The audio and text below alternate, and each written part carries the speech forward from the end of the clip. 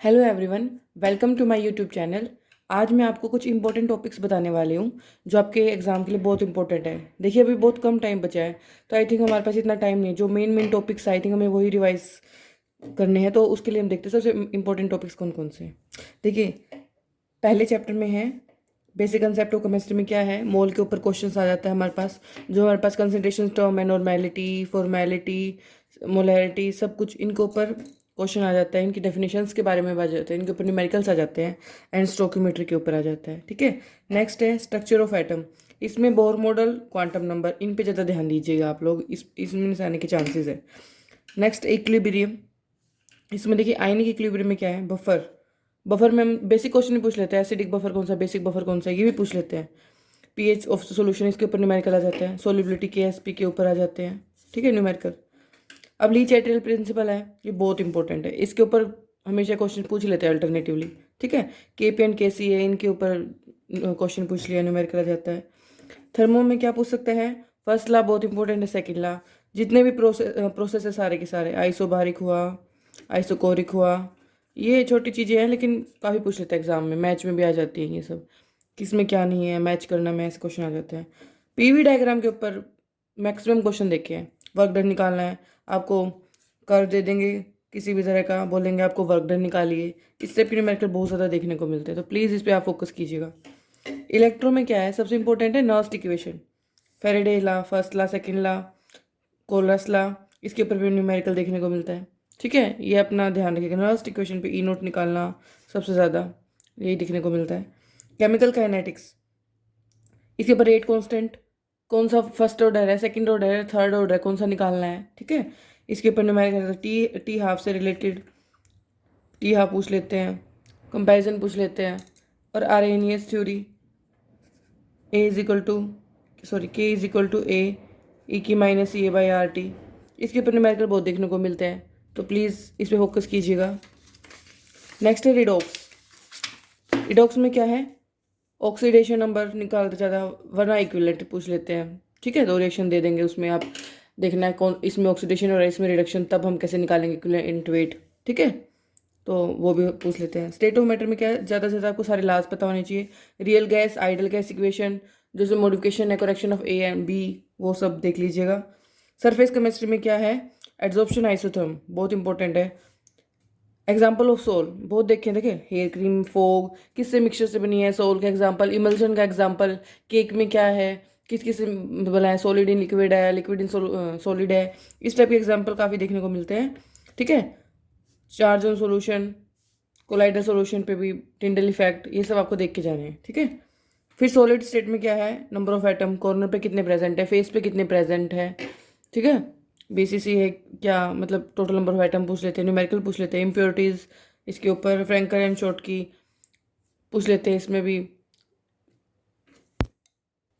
इनको डिटेल में पढ़ के जाना, इनसे कोई भी पॉइंट बना के पूछ लेते हैं। ठीक है, नेक्स्ट इनऑर्गेनिक केमिस्ट्री में क्या, periodic table, atomic size, ionization energy, electron gain enthalpy, top to bottom क्या है, लेफ्ट टू राइट क्या है, सारे आपको ट्रेंड देखे जाने हैं। और एक इस टाइप का क्वेश्चन देखने को मिलता है, किसी भी एलिमेंट का आपको एटॉमिक नंबर दे देंगे, पूछेंगे इसकी पोजीशन कहाँ है पीरियोडिक टेबल में। आई थिंक आपने सबने अच्छे से कर लिया होगा। ठीक है, उसके बाद है केमिकल बॉन्डिंग, उसमें एमओटी, इसके ऊपर मैक्सिमम क्वेश्चन आपको हाइब्रिडेशन के ऊपर देखने को मिल जाएंगे, जैसे कि बॉन्ड एंगल, बॉन्ड ऑर्डर निकालना, ये सब कुछ इसमें। ठीक है, पैरामैग्नेटिक है, डायमैग्नेटिक है, सब कुछ आपको एमओटी में देखने को मिल जाएगा। ठीक है, यही सबसे ज़्यादा इंपॉर्टेंट चीज़ है इसके अंदर। उसके बाद एस ब्लॉक्स में क्या है, मेनली आपको ट्रेंड्स देखने हैं, ये एक्सेप्शन दिखा रहा है, क्या बिहेवियर है, क्यों। ठीक है, पी ब्लॉक में बोरेक्स, सिलिकॉन्स, जितने भी ट्रेंड्स है सारे, nature of oxides, interhalogen compounds, xenon की रिएक्शन, जिनोन के ऊपर तो बहुत सारे क्वेश्चन पूछ लेता है। स्ट्रक्चर्स, जिनोन के कंपाउंड है जितने भी, उनके स्ट्रक्चर्स पूछ लेता है। डी एंड एफ ब्लॉक में क्या, इलेक्ट्रॉनिक कन्फिगरेशन मेन है। ठीक है, इनकी प्रॉपर्टीज़, जितने लेंथ एंड कॉन्ट्रैक्शन दिखाता है, इस टाइप की सारी प्रॉपर्टीज़ आपको देखनी है। Reaction of KMnO4 and K2Cr2O7 की, ये रिएक्शंस आती हैं। उसके बाद कोऑर्डिनेशन में क्या है, IUPAC, देखिए लास्ट एग्जाम में IUPAC से पूछा गया था। CFT crystal field theory, isomerism, compound दे देंगे, स्ट्रॉन्ग फील्ड लिगेंड है, वीक फील्ड लिगेंड है, निकालो, अनपेड इलेक्ट्रॉन निकालो। आइसोमेरिज्म, ऑप्टिकल एक्टिविटी भी पूछ लेते, चेक करनी है नहीं चेक करनी, कितने टोटल आइसोमर आ रहे हैं उसके। ठीक है, कौन ऑप्टिकल एक्टिव है, कौन इनएक्टिव है। ठीक है, मेटलर्जी, ये बहुत तो थोड़ा टाइम लगेगा आई थिंक इस चैप्टर को करने में, हार्डली आधा घंटा लगना चाहिए आपको, क्योंकि मेनली इसके अंदर नेम ऑफ और एंड कौन सी मेटल किस प्रोसेस में यूज़ होती है, जैसे लीचिंग में कौन सी यूज़ होती है, ठीक है, डिस्टिलेशन में हम किससे अलग कौन सी यूज़ होती है, ठीक है, कौन कौन सी मेटल, हाइड्रोलिक वॉशिंग में कौन सी यूज़ होती है, ठीक है, ये सारी इंपॉर्टेंट चीज़ें हैं इसके अंदर। देखिए अभी आपके पास बहुत कम टाइम बचा है स्टूडेंट्स, ठीक है, तो आई थिंक जो लास्ट के 9-10 डेज में है इनके अंदर आपको क्या करना चाहिए, प्रीवियस ईयर एग्जाम्स करिए आप लोग टेस्ट सीरीज कर रहे होंगे काफ़ी टाइम से, लेकिन अभी टाइम है एग्जैक्ट पेपर करने का, यानी कि जो आपके प्रीवियस आ रहे हैं 7-8 पेपर हैं आपके पास, वो सब करिए डेली के डेली एक। और टाइम आपको क्या करना है, 2 से 5 जो आपका एग्ज़ाम टाइम है ना उसमें बैठ के आप कीजिए, यकीन मानिए आपकी बहुत ज़्यादा इंप्रूवमेंट होगी। 100 से 200 मार्क्स आपके ईजिली इंक्रीज हो जाएंगे। किसी के अब तक 400 बन रहे हैं तो वो 500 तक एग्जाम में आ जाएगा, 500 बन रहे वो 600 तक आ जाएगा, ठीक है, आपके मार्क्स की बहुत इंप्रूवमेंट होगी इसके अंदर। 2 से 5 आप डेली बैठिए, एनालाइज पेपर करिए, उसके बाद एनालाइज करिए कि क्या आ रहा है क्या नहीं आ रहा है। जैसे डाइजोनम सॉल्ट की रिएक्शन आ रही है, उससे रिलेटेड फिर नोटबुक में सारी आप डाइजोनम सॉल्ट की रिएक्शन लिख लीजिए। ऐसे इंपॉर्टेंस नोट्स तैयार करना है आपको, ठीक है। अब सिर्फ आपको एमसीक्यूज पे ध्यान देना है। हम कोई भी काम एक डेली एक टाइम पे करने लग जाए ना तो हमें उस चीज़ की आदत हो जाती है। अगर हम डेली 2 से 5 बैठ के पेपर करेंगे ना तो एग्जाम वाले दिन हम पर कोई प्रेशर नहीं आएगा, हमारा ब्रेन एक्टिव रहेगा, ठीक है, हम क्वेश्चन और अच्छे से सोल्व कर पाएंगे। प्लीज़ आप इस टिप को मानिए और करके देखिए, आपके कम से कम भी 100 to 200 मार्क्स पक्का इंक्रीज होंगे इस चीज़ से, ठीक है। और हाँ, एग्जैक्ट पेपर निकालिए आप, वही करके देखिए, क्योंकि टेस्ट सीरीज आई थिंक आपने बहुत सारी कर चुके होंगे। अब लेवल ऑफ एग्जाम है उसी पे हमें काम करना है, तो मेन फोकस रखना है जो आपका प्रीवियस ईयर्स है उन पे काम कीजिए डेली 2 से 5। ये प्लीज़ इंपॉर्टेंट चीज़ है, ये 2 से 5 ही करिएगा। आपका एग्जाम टाइम में आपका उस दिन आपका 2 से 5 ब्रेन एक्टिव हो जाता है, ठीक है। आप खुद देखिए, कभी भी हम डेली 10 दिन 5 बजे उठने लग जाओ, अगले दिन 11वें दिन हमारी आँख अपने आप 5 बजे खुल जाएगी, है ना। तो यही हमें अपने माइंड को सिखाना है, 2 से 5 प्रैक्टिस करनी है हमें एग्जाम की, उसके बाद हमें एनालाइज करना है, ठीक है। तो प्लीज़ ये करके देखिएगा। अच्छा, अब ऑर्गेनिक केमिस्ट्री में क्या है, जीओसी में IUPAC, resonance, inductive effect, hyper conjugation, ये सब आपको इफेक्ट पता होनी चाहिए, ठीक है। एसिडिटी ऑर्डर, बेसिडिटी ऑर्डर पूछ लेते हैं। हाइड्रोकार्बन में क्या है, जितनी भी एल्कीन की रिएक्शन है, ठीक है, क्या एडिशन रिएक्शन है, कौन सी न्यूक्लियोफिलिक एडिशन है, इलेक्ट्रोफिलिक सब्स्टिट्यूशन है, सब रिएक्शंस आपको पता होनी चाहिए।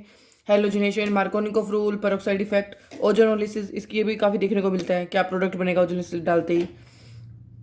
एरोमेटिसिटी, कौन सा एरोमेटिक है, एंटी एरोमेटिक है, ये हर बार एक क्वेश्चन देखने को मिल जाता है। Halo alkane and hello Erin में क्या, SN1 SN2, जितने भी टेस्ट है, लुकास टेस्ट है, और सारी की सारी नेम रिएक्शन। देखिए जितने भी चैप्टर्स है ना, नेम रिएक्शन, केमिकल टेस्ट, सबके अंदर है ये आपको ज़रूर करनी है, कोई भी नहीं छोड़ के जानी किसी भी चैप्टर में, ठीक है। एल्डिहाइड कीटोन कार्बोक्सिलिक एसिड में क्या है, एल्डोल है, कैनिजारो है, टोलेंस टेस्ट है, फेलिन सॉल्यूशन है, आइडोफोम टेस्ट है, ठीक है, ये आपको ज़रूर करके जाना है। अमीन्स में क्या है, बेसिक नेचर पूछ लेते हैं, ठीक है, कौन से सॉल्वेंट में इसका क्या बेसिक नेचर है। रिएक्शन ऑफ डाइजोनम सॉल्ट, ये बहुत इंपॉर्टेंट है, ये आपको ज़रूर करके जानी है, इसकी जितनी भी रिएक्शन है ना सारी की सारी करके जानी है। पॉलीमर्स में क्या है, एक क्वेश्चन आएगा तो स्ट्रक्चर या फिर यूज़ ऑफ पॉलीमर या फिर मोनोमर यूनिट कौन सी है, मोनोमर यूनिट इसमें कौन सी